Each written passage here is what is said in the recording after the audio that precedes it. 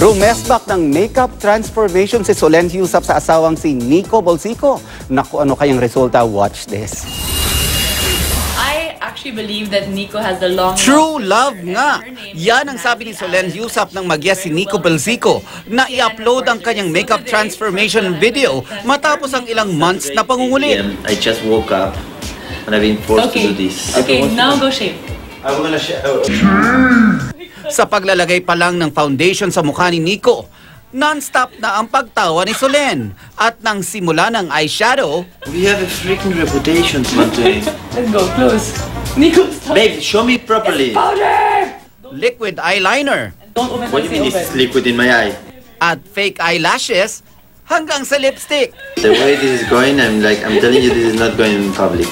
At paglalagay ng wig, tawang-tawa si Solenn.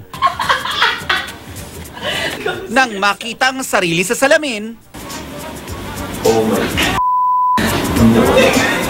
bago ito, unang kumasa si Nico sa Makeup Transformation Challenge kung saan si Solenn naman ang kanyang minake-upan mula sa contour, Makeup.